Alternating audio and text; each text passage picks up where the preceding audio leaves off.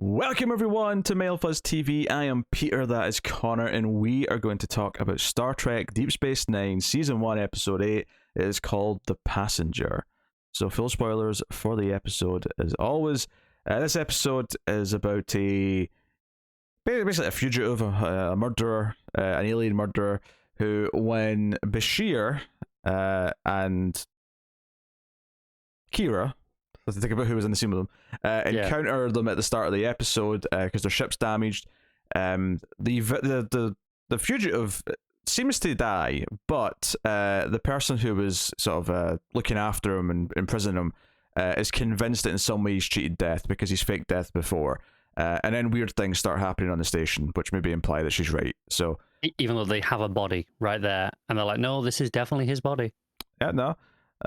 But then weird things start happening. So, and there's a reason for it. Obviously, we get to like how he's somehow cheated death as the episode goes on. Bit of brain sharing and all that jazz. But that is the gist of the episode. How did you feel about The Passenger? I thought it was nice to finally have a Bashir episode. Mm-hmm. I thought we were kind of overdue because this is episode 8 now, I think, and we hadn't had one yet. I like it for the most part. I think as our first Bashir episode, maybe not the best choice because of for portions of the episode he's not Bashir. Yeah. So obviously that's the twist. Like when the characters figure out that the villain might have basically jumped into someone else's brain and is taking control of them without their knowing about it. This is an interesting concept. It's a fun idea. They assume that his captor is the person that he's got into. And there's a lot of little hints and stuff in the script as well to kind of maybe hint that, oh, maybe she is. Maybe, these few things are adding up to say that. We'll go into those specifics in a bit. But the twist is that it's actually Bashir, which makes sense because Bashir was actually with him when he died. He was literally holding him in his arms. So clearly he's done this last-ditch effort and it's Bashir that's been taken. I will say, I thought the episode was okay. I like the concept well enough. I do think it maybe falters a little bit. I think the actor playing Bashir, Alexander Siddig, I think when he is playing the villain in his body, I think his performance isn't amazing. He gets a little bit hammy. Particularly when he's making these monologues and he's talking to Cisco on the comms. There's a lot of pauses and like sort of over dramatization of what he's saying. How much of that is direction? I don't know because I thought he did an okay job. See, when he was like the first time you realize that it's him and he doesn't say anything, he's just quiet and it's just in his face. I thought he did a good job with that because I was like, oh, I get that it's not him just from his face. But then when he started being villainous and talking a lot, I was like, this is feeling a little bit. And I've had no problem with his performance as Bashir. Like he's been completely fine and natural as that. But this just felt a little off and a bit cheesy, I guess. Yeah, which is not what I think Deep Space Nine typically is going for. Is cheesy. It's not like the 60s Star Trek. It's no cheesy is the exact opposite of the tone it tends to want to strike most of the time, I would say. Yeah, so so it stuck out a little bit in that sense, I thought. Yeah. Hey, but there is some nice kind of plot beats along the way, and obviously some other sub threads that feed in that we'll get to. As far as the actual main, who is the villain? The villain's in someone else's body. Where is it? So they spend time thinking it's the captor. And decide to okay, let's not tell her anything in case she, is this villain. It's a reasonable plan. Yeah, it seems fine, and she's upset about being frozen out of things. But there are these little hints that kind of say that maybe it is her. There's a scene where Bashir says, "Oh, I called you last night and you didn't pick up," and she's like, "Oh, I took some, basically some sleeping pills to knock myself out."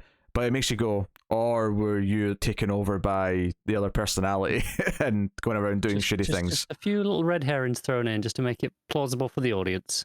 Yeah, there's one in particular where she's spying on Quark at his place, and Quark is up to no good. Quark is basically arranging with people to steal this shipment of this substance, which is what the villain wants as well. He wants this deridium because their species needs it to prolong life.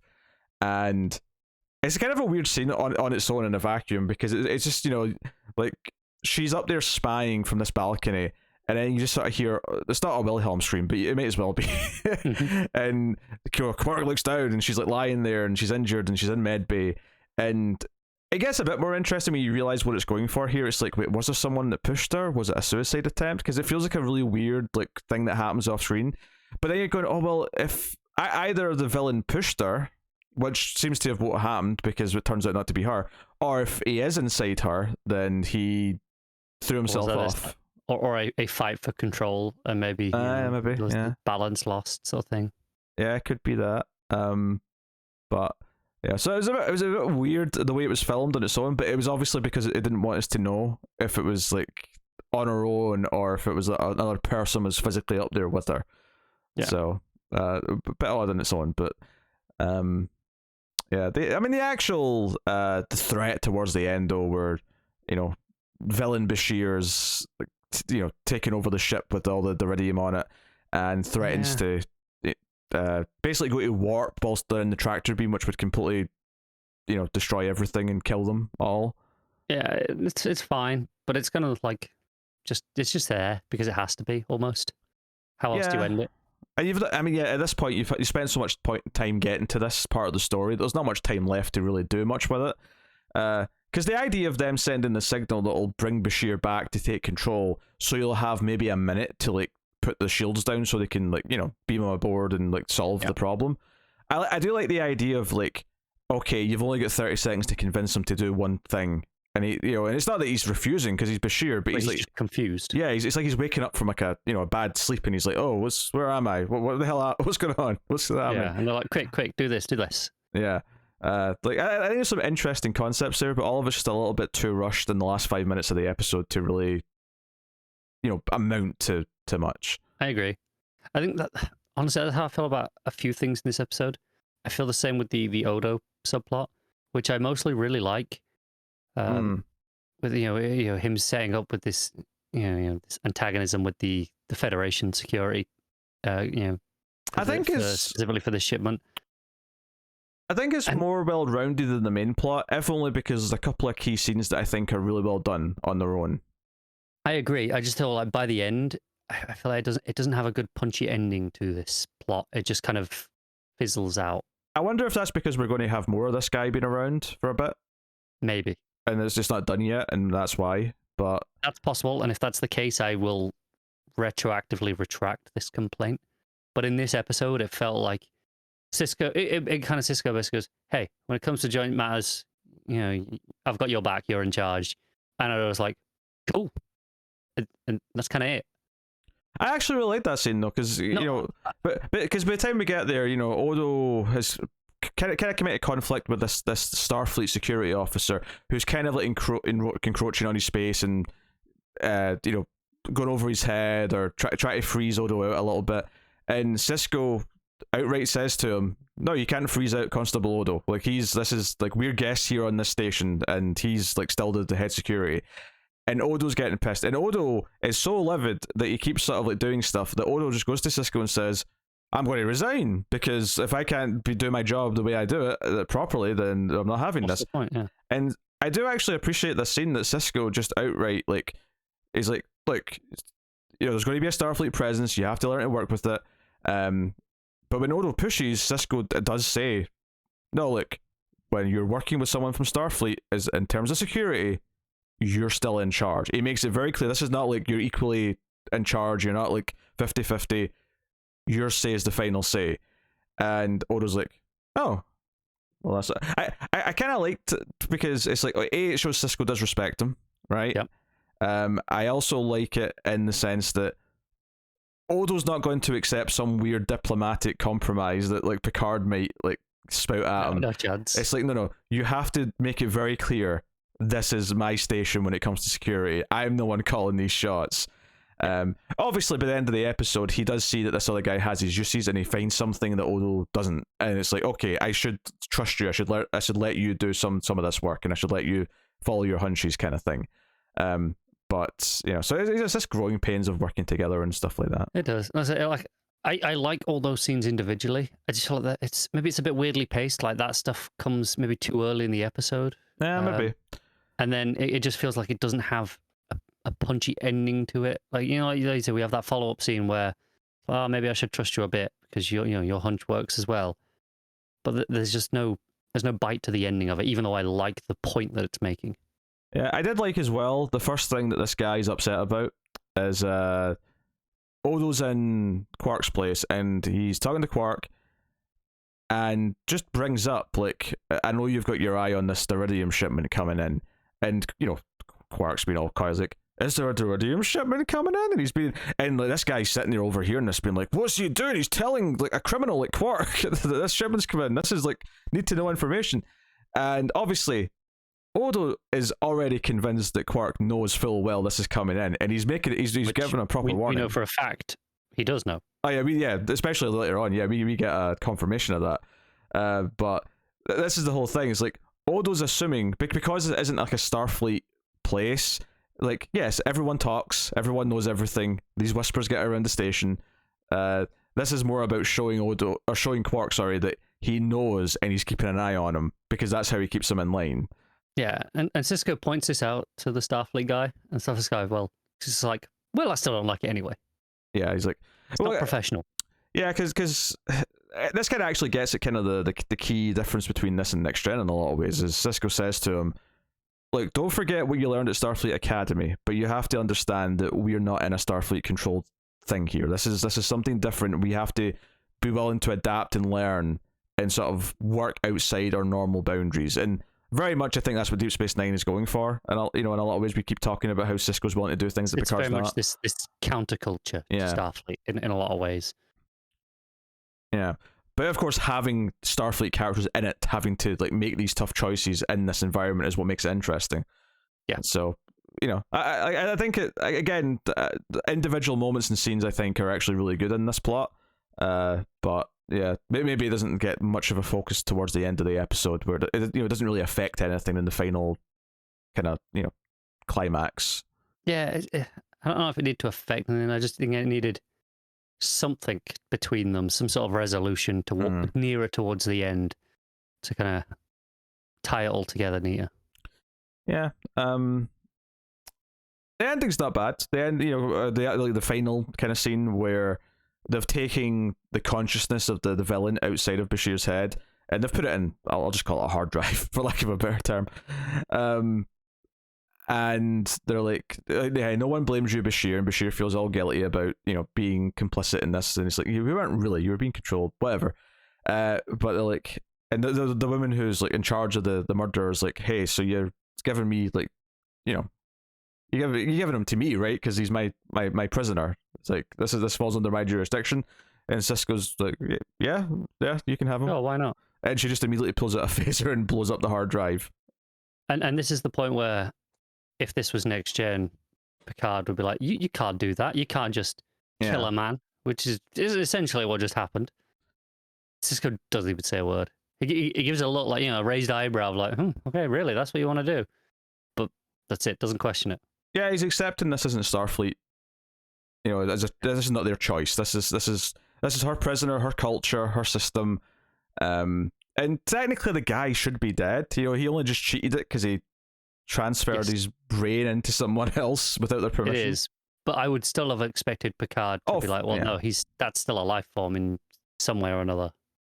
I do too. And would it really be that dangerous just to like shove this hard drive into a box somewhere? And it's not too dissimilar to the Moriarty situation. No. But ultimately, this is again highlighting those differences. Sisko just being like, whatever, your call, you do you. I don't think it's as flippant as what you just said, but yeah. No, like I say, he has the raised eyebrow, like he gives the slightly disapproving look of like, hey, I'm not sure I agree with what you just did, but there's no verbal questioning of it. There's no reprimanding. There's no nothing at all. It's just he just lets it go. Yeah. More fun Odo and Quark stuff. The start particular where Dax is there and Quark's kind of flirting, or trying to as best he can, and he's kind of delusional. He's like, oh, she's got something in her eye when she speaks to me, and Odo's like, allergic reaction, I'm sure. It does get to an interesting place though, where Quark kind of starts prodding at Odo, and it's not so much that I don't think Odo is actually into Dax in any way, but it does raise this question of like, does Odo seek companionship? Does he get physically attracted to life forms? Because he's effectively a puddle of water that can form into a life form. That's true. Yeah. Does he seek that? Does he find himself attracted to people? Does he have a sex drive? I don't know. These are questions that maybe will get touched upon as time goes on, but I suspect they will, in the same way that we've played on Next Gen with like Data's relationships with various people. That feels like something that this will play with at some point. Yeah. Is he going to like become quite infatuated with another bucket of water that he sees someday? Is that... you know? This is terrible. My, aren't you a wet body of mass? That's what you go with. What else do you say about a bucket of water? I don't know. My, what a lovely handle you're wearing. Oh yeah, you treat the bucket like it's a dress. Yeah, okay, that's what you're saying. Yeah. My, is that a chrome rim on that bucket? You've really splashed out. It's Gucci. I thought it was good. Also, Kira and Bashir at the very start of the episode, where Bashir's like up his own ass talking about his calling in life and how it's almost a privilege to be in his presence as he's doing his work as a doctor. And Kira's just like, whatever. Yeah, she's just giving him shit for it. They're just fun little character beats. I think I would describe this episode as something that's trying to still establish a lot of key character things between a lot of the main characters. Obviously, mostly Bashir and then a little bit of Odo and that. But having that kind of disjointed early episode feel where it's maybe not quite as focused or as pared down exactly what it wants to say about the characters as much. And I do feel like it suffers a little bit as well because we don't know Bashir that well. It's hard to tell that he's been, mind controlled ultimately. Like that's why they could pull that swerve so easily, I suspect. Well, keep in mind though, it's not like it's not all the time. No, yeah. If I would say we never see him be mind controlled until the reveal that he's him. That's probably true. Yeah. Yeah. It's more like a Jekyll and Hyde thing where he goes to sleep. And, No, it is. But again, like it's just something where so early on with a character, well, especially we've not had any Bashir episodes yet. I feel like I would have liked to have had this after we've set him up a little bit better. So these differences, they can play them a little bit more subtle and kind of it can be more interesting. And maybe that's why the direction is so hammy and over the top for the the other personality is because that's how you make it obvious. Really highlight how different this is to an unaware audience. I think. I mean, that would probably work to like wait until we know him better. I think you don't necessarily need to do that though. I think what would have made the episode stronger is if you set up a clear, because the episode almost kind of, in essence, does it without actually doing it. And what I mean by that is that opening scene where he's with Kira, you're establishing some of his personality, you're establishing some of his attitude. I think what you had to really do to sell this is you have to set up something that he wants to do or is trying to do or just something he feels strongly about. And then you have, when he's taken over, how that contradicts who he is. So that it says something about him by the end. And I'm not really sure, though, when we get to the end of the episode, if his time being taken over and his, feelings about it really play into anything that was set up with him in the first half of the episode. I'm not sure, there was any thematic thing that he says about himself or says that he wants in life that is in some way, poked at with a contradiction with when he's the evil version with the other guy in his body. Maybe a more obvious thing would be you set up he has control issues where he always needs to be in control, so then you literally have him not in control of his own body. You could do something with that maybe, but it doesn't really do anything like any of these things. It just kind of it just is yeah. It just it doesn't really do anything thematically with it, which is makes it a bit hollow, but not. I wouldn't say it's not fun by and large. It's not bad. I don't know. It's not a bad episode, but it's just wasted potential, maybe. And it's a fine episode, but I can see with a few tweaks here or there how it could be a great one. Yeah. maybe more focused, maybe like remove the security stuff, which I think is good, but just have that in a different episode and just really, make it a Bashir episode through and through, and really get into the nitty gritty of like the character. And we don't really see much of the after effects from Bashir of being like, hey, I was not myself at points. Like what that lack of control, even if that's not like a huge character trait for him, that's scary for kind of anyone. Yeah. And even though this is maybe an unfair thing to say because this was the first proper time we got to know anything about him, but I think that there's episode 2 or 3 where he's meeting the the shopkeep guy, like the clothes maker, and like his like nervousness and thinking he's a spy and thinking he's making contact with someone and then getting involved with that. I feel like I got a lot more of who Bashir is as a character through that episode, when it feels like this should be giving me even more than that, and I don't think it does. I think it gave me less than that one did. I agree, and he was only like in essentially the B plot in that. Yeah, that was a subplot of that episode. Yeah, so yeah, I think there's like fair critiques to give this episode and sort of say that it doesn't quite live up to what it could be. But it wasn't a bad watch by any means, though, and it wasn't like tedious. It was, and part of that may just still be that new, fresh honeymoon phase where we're still just excited to get to know these characters. So it gets maybe away with a little bit of things here or there that it won't get away with in a couple seasons, Yeah, I can definitely see if this was a season 3 episode, you might have more complaints. Yeah, but yeah, okay. The last episode I thought with the Dax episode I thought was a lot stronger, and I agree. Not only just in terms of character, but just setting up the mechanics of how like her Trill like being works. Kind of yeah, thing. It was a lot more interesting. Yeah. So, but that was The Passenger. Yeah.